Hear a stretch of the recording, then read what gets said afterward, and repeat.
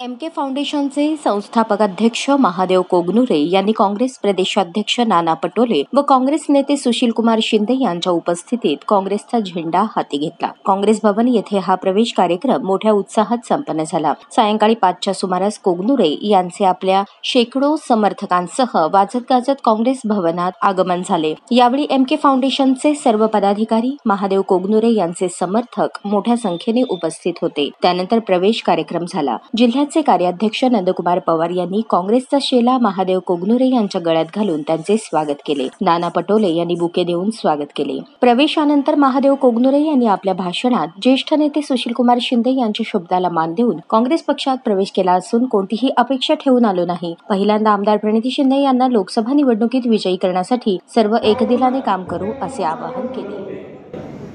12 April रोजी प्रणितीताई माझ्या घरी आले आणि त्यांनी मला येत्या विनंती केले, भाऊ समाजामध्ये तुमच्यासारखे निस्वार्थी मनाने समाजासाठी काम करणे राजकारण केलं पाहिजे असे त्यांनी मला आवाहन केले, विनंती सुद्धा केली. तेव्हा मी विचार केला की आपण राजकारणात द्यावं, पण कुठल्या पक्षात द्यावं हे मी त्यावेळी काय विचार केला होता. राजकारणात द्यावं हे मी त्यावेळी विचार केला होता.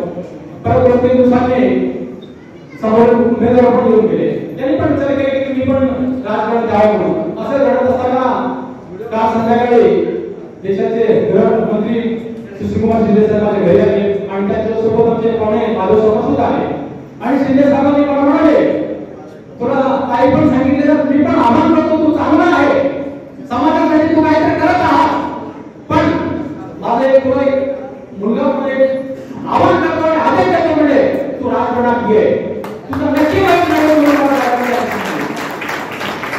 मग मी रात्रभर विचार केला, तर तुम्ही मला माझ्या पाठीशी हात प्रोग्राम आशीर्वाद देणार होता, तर मी उशीर करणार उद्याच्या उद्या मी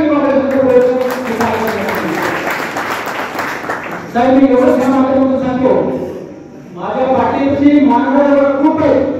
मी फक्त तुमच्याकडे बघून मी आज काँग्रेस प्रवेश करत आहोत.